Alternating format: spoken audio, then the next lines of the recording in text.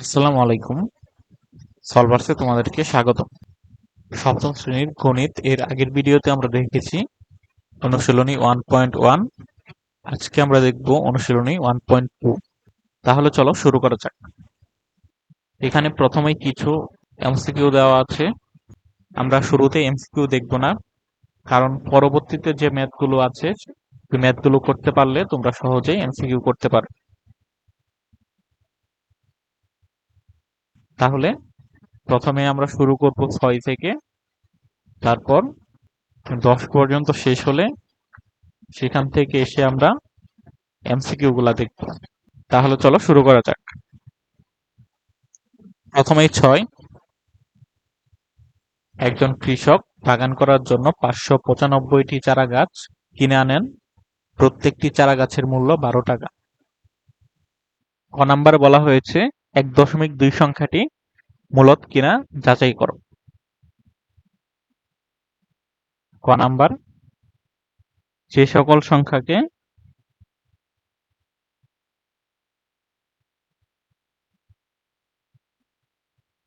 P by Q আকারে সাজানো যায়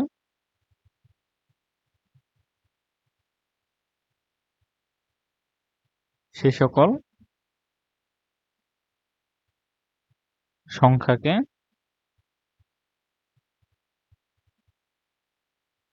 মূলদ সংখ্যা বলে।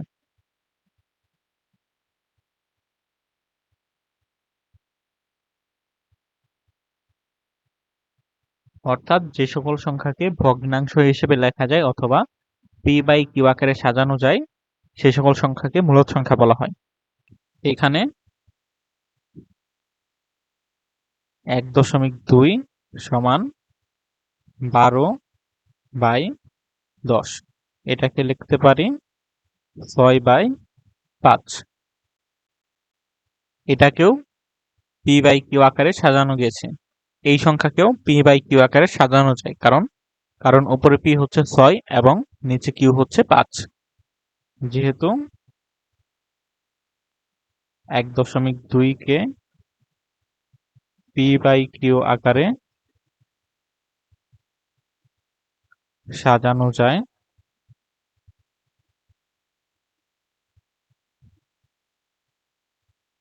তাই 1.2 সংখ্যাটি মূলদ সংখ্যা।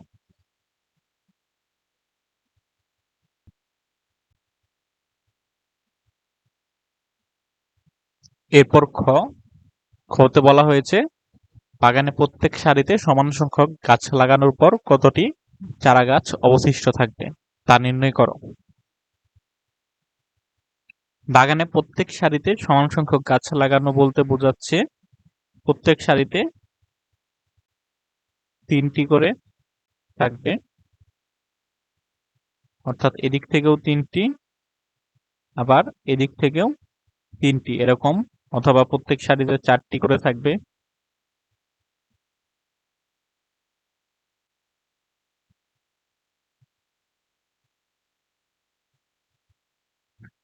এদিকেও 4টি করে গাছ, এদিকেও 4টি করে গাছ, এরকম, অথবা প্রত্যেক সারিতে 5টি করে, অথবা 6টি করে। প্রত্যেক সারিতে 3টি করে গাছ লাগালে সেক্ষেত্রে মোট গাছ হয় 9টি। প্রত্যেক সারিতে 4টি করে গাছ লাগালে সেক্ষেত্রে মোট গাছ হয় 16টি। প্রত্যেক সারিতে 5টি করে গাছ লাগালে সেক্ষেত্রে মোট গাছ হয় 25টি। প্রত্যেক সারিতে 6টি করে গাছ লাগালে সেক্ষেত্রে মোট গাছ হয় 36টি। অর্থাৎ প্রত্যেক সারিতে যদি আমরা সমান সংখ্যক গাছ লাগাতে চাই সেক্ষেত্রে অবশ্যই এই সংখ্যাটিকে পূর্ণবর্গ হতে হবে, অর্থাৎ পূর্ণবর্গ সংখ্যক গাছ লাগাতে হবে। তাহলে 595 এর চেয়ে ছোট যে সংখ্যাটি পূর্ণবর্গ ওই সংখ্যাটি নির্ণয় করতে হবে এবং 595 থেকে ওই সংখ্যাটি বিয়োগ করলেই তাহলে অবশিষ্ট গাছের সংখ্যা আমরা পেয়ে যাব। এটা আমরা অন্য পদ্ধতিতেও করতে পারি। যদি আমরা ভাগের সাহায্যে বর্গমূল নির্ণয় করি সেক্ষেত্রে যে ভাগশেষ থাকবে ওই ভাগশেষই হচ্ছে অবশিষ্ট গাছের সংখ্যা। তাহলে খ, বাগানে প্রত্যেক সারিতে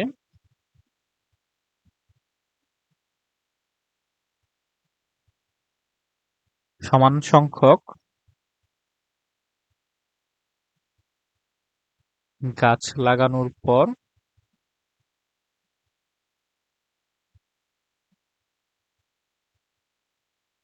অবশিষ্ট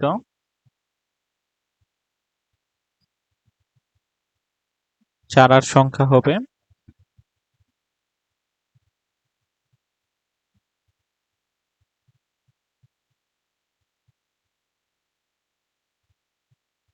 595 এর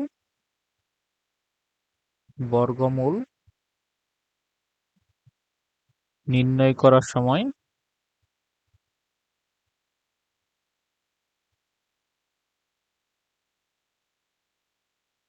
প্রাপ্ত ভাগশেষের সমান।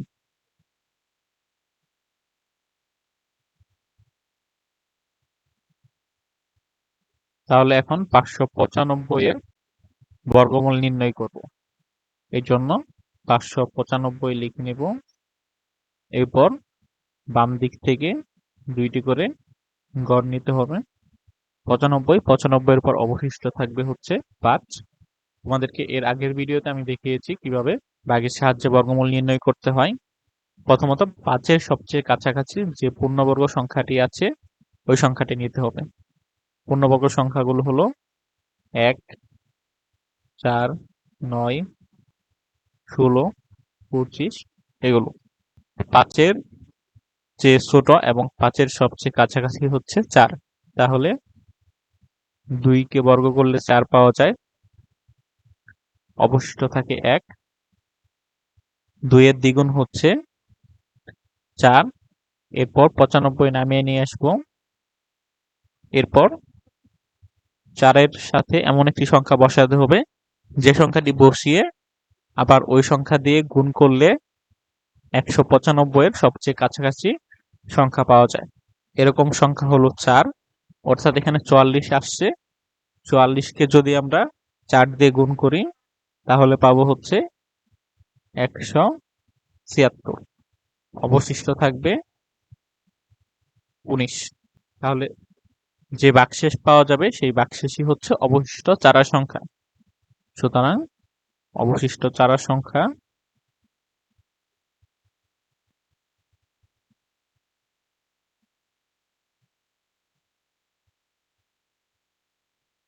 19। এটা অ্যান্সার। এরপর গ, খরচের টাকার সংখ্যা এবং চারা গাছের সংখ্যার বিয়োগফলের সাথে কোন ক্ষুদ্রতম সংখ্যা যোগ করলে যোগফল একটি পূর্ণবর্গ সংখ্যা হবে তা নির্ণয় করো। তাহলে প্রথমত আমাদেরকে খরচের টাকা বের করে নিতে হবে। একটি গাছের মূল্য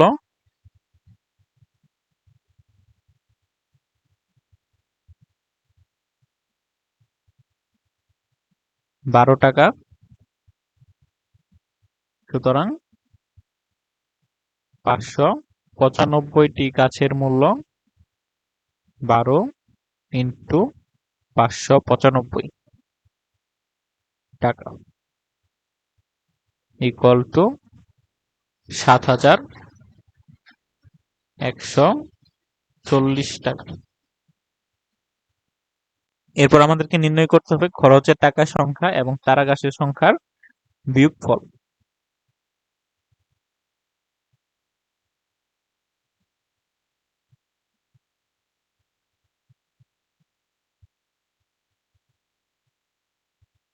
খরচের টাকার সংখ্যা ও চারা গাছের সংখ্যা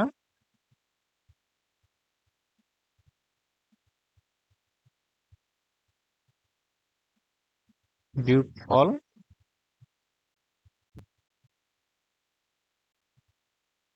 ইকুয়াল টু, খরচের টাকার সংখ্যা হচ্ছে 7,140 আর চারা গাছের সংখ্যা হলো 6595 ইকুয়াল টু 6545।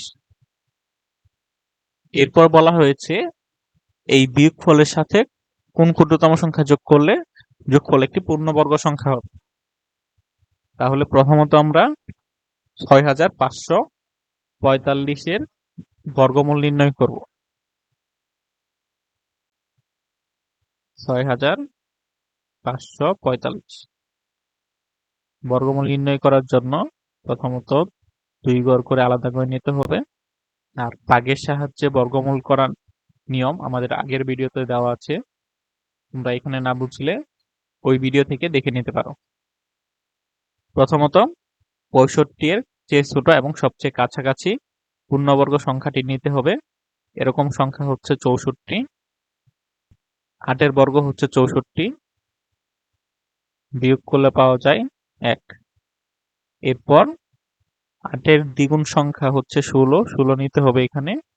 45 কে নামিয়ে নিয়ে আসবো। এরপর এখানে এমন একটি সংখ্যা বসাতে হবে যে সংখ্যা বসিয়ে আবার ওই সংখ্যা দিয়ে এখানে যে সংখ্যা আসবে ওটিকে গুণ করলে 145 এর চেয়ে ছোট সংখ্যা পাওয়া যাবে। এখানে আমরা যে সংখ্যাই বসাই না কেন তা 145 এর চেয়ে বড় হয়ে যায়। 0 বসালে 160, 1 বসালে 161, তাই আমরা এখানে 0 বসাবো। তাহলে পাওয়া যাবে 160। 160 কে যদি আমরা 0 দিয়ে গুণ করি তাহলে পাওয়া যাবে 0, থাকবে 145। এখানে বর্গমূল হলো 80 এবং ভাগশেষ হলো 145। যেহেতু ভাগশেষ থেকে যায় তাহলে 6545 পূর্ণবর্গ সংখ্যা নয়। তাহলে পরবর্তী পূর্ণবর্গ সংখ্যা হবে 80 যোগ 1 অর্থাৎ 81 এর বর্গ। সুতরাং সংখ্যাটির বর্গমূল নির্ণয় করার সময়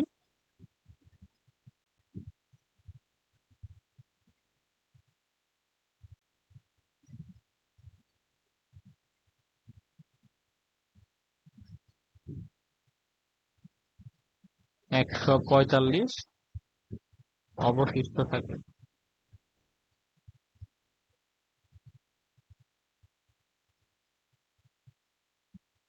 তাই সংখ্যাটি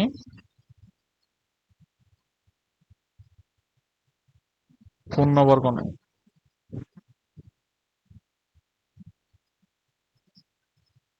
এখানে 80 প্লাস 1 বা 81 এর বর্গ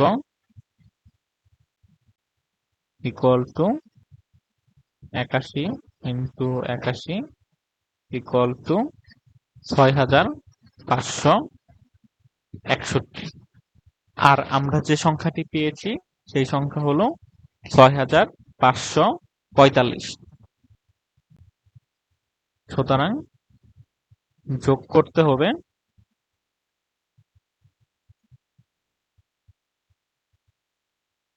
6561 মাইনাস 6545 ইকুয়াল টু 16। অর্থাৎ 6545 এর সাথে 16 যোগ করলে 6561 পাওয়া যাবে, যা একটি পূর্ণবর্গ সংখ্যা। এটাই অ্যান্সার।